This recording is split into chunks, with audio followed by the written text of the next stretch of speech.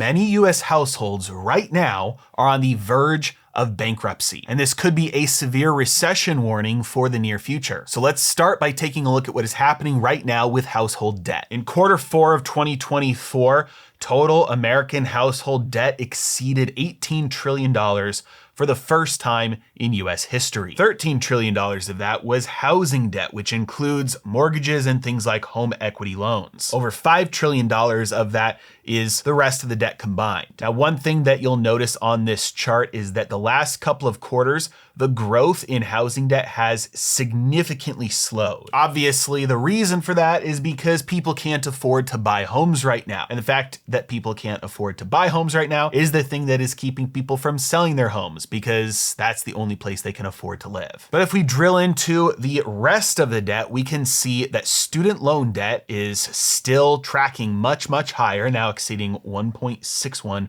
trillion.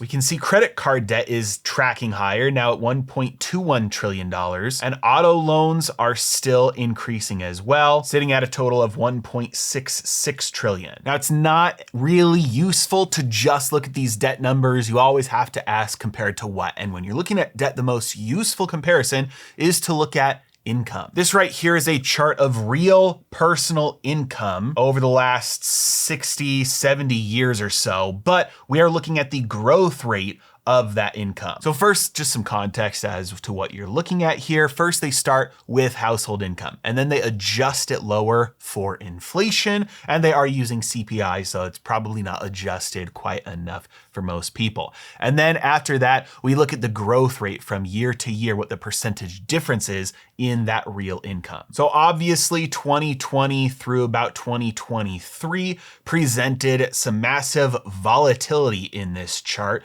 but aside from those spikes upward and downward, we can see that where we are sitting right now with real household income growth is close to a historical average. Obviously, going back to 1960, you're gonna see a little bit higher of an average, probably around the 4 to 5% range, but we are still positive, sitting at around 2%. That does mean though that if the true inflation numbers, which are different for everybody, if they're higher for you, that means that your personal income growth rate is negative after accounting for inflation. And that seems to be the case for many households, because when we take a look at the delinquency rates on all of these areas of debt, many of them are pretty bad right now. Now, delinquencies with mortgage debt, home equity lines of credit, and student loan debt are really, really low right now. There's absolutely nothing to be worried about here. There are problems in the real estate market, and it is not single family homes. It is some multifamily in some cities like in Texas and Florida,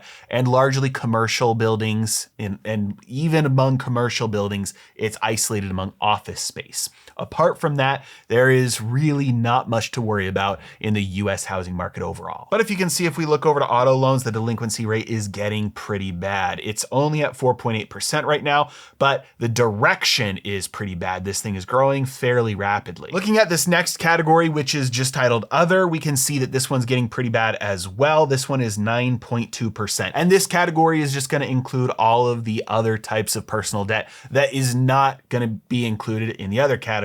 It's not credit card debt, it's not housing debt, it's not auto loans, it's not student loans. So any other personal debt is gonna go in this category. And the worst offender here we have is credit card debt, seeing a 90+ day delinquency rate of 11.4%. Now, usually credit card debt is gonna be the worst offender here. It's the highest interest rate, it's not collateralized, it's very, very easy to get yourself into a downward spiral of piling up the credit card debt, making your minimum payments. Oops, I accidentally loaded up a little bit too much. I can't afford my minimum payment. Now I've got the late fees. Now I've got the extra payments. It's just, it's a downward spiral that I can't get out of. Very easy for this number, 11.4%, to get very bad very quick. Now, it's important to put this in perspective, because household debt is not the only form of debt in an economy. So if we take a look at the delinquency rate on all loans at all commercial banks, we can see that at the same period of time, it's only 1.68%, which, don't get me wrong, this is on the rise, and it is not good that this direction is moving higher. But if we look at this over the longer time horizon of the last 40 years, we can see what things looked like during the financial crisis, and we can see overall this trend outside of this big spike from the financial crisis, is still headed lower. Which means if we can get out of this period relatively unscathed without having a global financial crisis 2.0, then we should see this number continue to move a little bit lower from here on out. But that does no good to the people who are actually in this situation right now, for whom it will probably get worse before it gets better. Delinquencies like that can very easily lead to defaults, trying to restructure the debt, having that debt sold off to collections, and landing people in very bad spots. Repossessions on cars, you name it. And this is why when we take a look at US real personal consumption expenditures, the month-over-month change is massively negative recently. In other words, people are spending a lot less money than they were before. People have to cut their spending because they've got so much money going to pay their debt pile, and things are still getting more expensive that their income just isn't spreading as far anymore, and so they have to cut back. Now, by the way, if you're looking at this through an investor's lens and you're thinking, okay, there's a lot of people that are spending a lot less on their basic goods, definitely a lot less on all the luxury goods, the travel, the things like that that people like to spend money on but don't have to. How is this going to affect markets? All the companies that might be receiving a lot less revenue in the near future, and all the companies that might do really well and attract a big flow of wealth as this rotation happens into a economy that might be headed into a recession. And that's not even the only worry right now. Investors are concerned about the trade war, geopolitical tensions, the potential for World War III. If you're looking for insights on how to successfully navigate these crazy times as an investor and a trader, I want you to save this date on your calendar. March 27th at 7 p.m. Eastern time. That's the day I'm going live on Zoom to detail something I call the asymmetric trade. This is a special type of trading strategy that can help you profit as volatility soars. In fact, I've personally used this strategy to take home some big returns in my own portfolio over the last year and a half. And I plan on revealing everything I know at this event. We're gonna cover things like why I believe we could be headed into one of the most volatile markets in history, and why I believe that if you want to profit from that, you need to get into position now. We'll cover my simple and easy to understand protocol that I follow. It's one I've personally used to take home big returns in my own account. We're gonna cover the key to making these type of trades work in your own portfolio. And we're gonna cover how you can use these types of trades to profit from virtually any market mover like geopolitical events, market crashes, and even the ongoing trade war. This event is completely free, but seats are limited. The last time I hosted one of these masterclasses, we had more people registered for the event than could fit on the Zoom call. So if you're interested in attending, don't wait until it's too late. Click on the link in the description below so you can sign up and reserve your seat. I look forward to seeing you there. Now, as if the debt and the delinquencies weren't enough for most households who are feeling squeezed, just take a look at this chart, which shows the rent of primary residences in the US on average. Now, again, this is showing the growth rate. This is not the absolute dollar level. This is the growth rate from the prior year. You can see that from 2023 until the present, the growth rate has been on the decline. But this is a growth rate, which means the absolute level of rents is still rising. It's just rising at a slower pace. It's kind of just like inflation. If the inflation number is not a negative number, that means prices are going up. If inflation comes down, it just means prices are going up at a slower pace. It's the exact same thing here.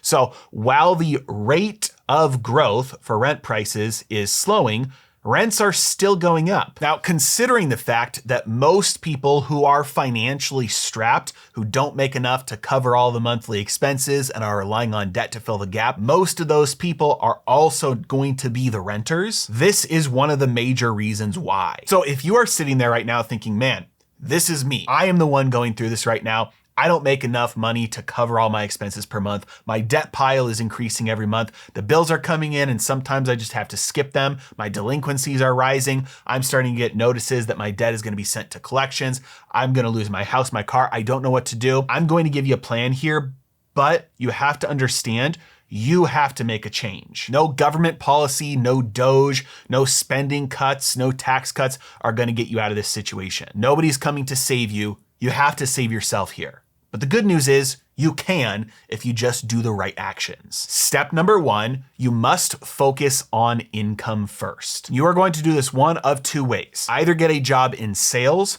or start a business for yourself. Those are the only two ways that you are going to be able to increase your income fast enough and high enough in order to escape the hole that you have dug for yourself. You will not be able to rely on promotions and raises, on the different jobs that you'll be able to get by getting a certification or a degree. None of that is going to make you enough money fast enough to get you out of this hole. The only two options are start a business for yourself and sales. Those are the only two ways you can increase your income enough and fast enough. So if you want to work for somebody else, you don't want to have to run your own business, you want somebody else to pay you a paycheck, go into sales. Get a sales job. As much as you can, rely on commissions only. Lower the base, higher commission. So don't pursue roles with a good base because the commissions will be crap. Once you learn in an entry-level sales role how to sell effectively, hop to a different company, sell something else, bigger or better. Keep on doing this until you're making enough money that you don't know what to do with it. Now, if you don't want to go into sales, you're gonna have to start a business for yourself. That means you can do any job that you want. You can perform any service, you can sell any product, you can be in any line of business, do any role, but you're gonna have to do it for yourself, not working for somebody else. That's the only way you're gonna be able to control your income. Now,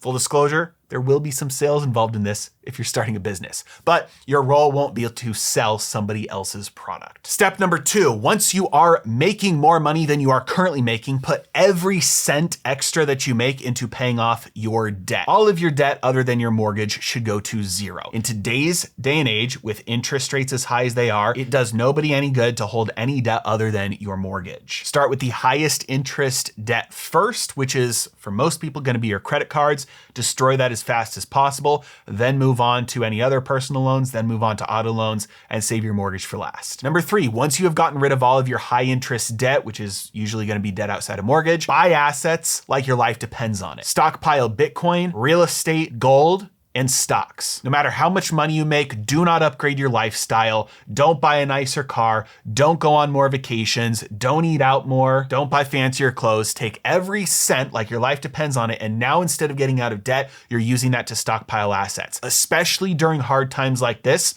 where stock prices sell off because of the fears of recession, because of the problems that households are facing financially. That's the time to buy assets. Buy when things are tough and you will be very happy you did in about 5 years. For the rest of us who are trying to navigate this economy as an investor and figure out what are the best ways to profit off of this and to protect ourselves from the downside, understand massive rotations in wealth and portfolio allocations are occurring right now. During the tough times, the money that gets spent on the luxuries basically evaporates. The money that gets spent on the necessities continues to go up. Fiscal policy is driving everything, and we have large deregulation happening in certain areas, and we have a lot of money spigots, a lot of money faucets that are shutting off in other areas. In other words, big crashes in some sectors, big booms in others. And if you want to know how I'm playing this, don't forget to sign up for my asymmetric trading masterclass happening on March 27th at 7 p.m. Eastern Time.